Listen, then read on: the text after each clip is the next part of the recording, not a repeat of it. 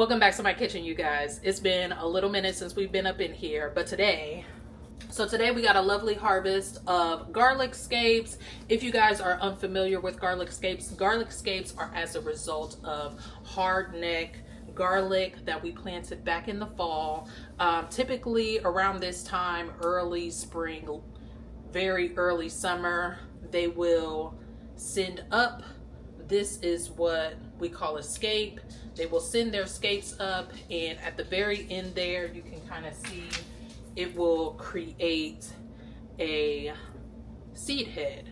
But you want to catch them at the point where they are curled over still, some of them a little curlier than others, because if they use all their energy to create seeds, they will not begin to bulb up the way that we like. So we harvest these to make sure that the garlic is bulbing up nicely and using all of its energy for that. But in the meantime, we got to do something with this. Last year, I decided to dehydrate all of my garlic scapes, and I have a lovely garlic powder that I use in a lot of my cooking and things like that. This is more of a mild garlic flavor, so it's perfect for stuff that I don't want garlic to be like super forward, but I still like that flavor, because if you like me, you put garlic powder in everything, but that is a little bit more mild for those who don't want to get the punch. But today we are going to be trying a new recipe I ended up finding on Pinterest. I will make sure that I'll leave this specific recipe down in the description below, but it is from the Well Seasoned Studio. I'm just using their measurements, and of course I will probably tweak it along the way. So of course we have our garlic scapes. We will be using about 1 full cup. I'm doubling the recipe, so if you see the recipe and you're like, wait a minute, that don't sound right, I've got a lot of garlic scapes here, so hopefully I'll be able to create 1 full cup, and any leftover I will probably end up dehydrating. So 1 cup of garlic scape. We have 1 full cup of basil, which we also harvested from the garden this morning. We have 1/2 cup of pine nuts, which this was difficult to find, but check your baking good area. What I ended up finding in my grocery store was that they came in these little pouches here.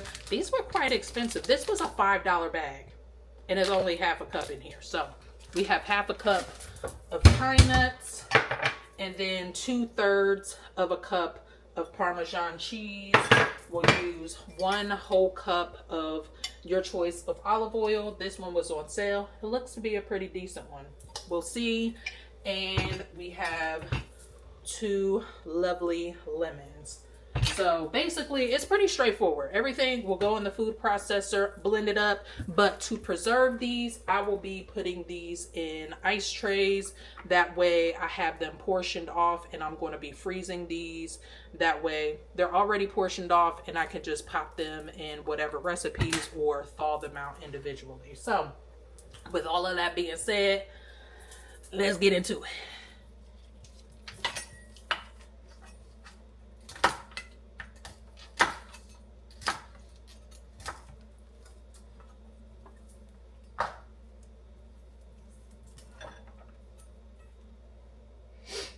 I will not be putting this into our blend. These are the very tips of the seed heads. So I'll pop those off to the side because I will still use those.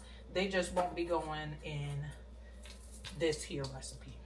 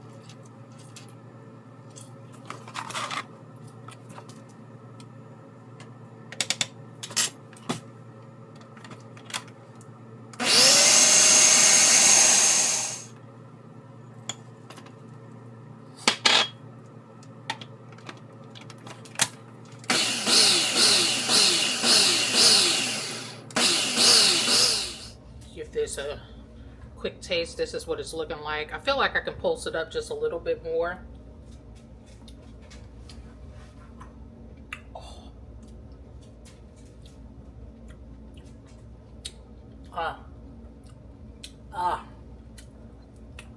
That's good. So now I'm just going to transfer it over to something that makes it a little bit easier for me to pour everything out into our ice trays.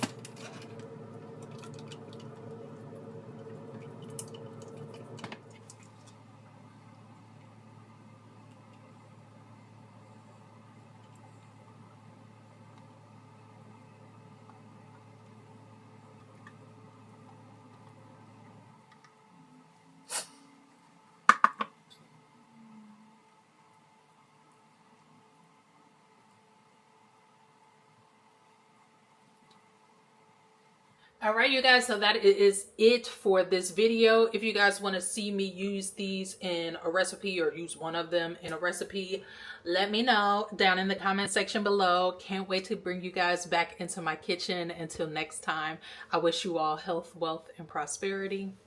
Peace out.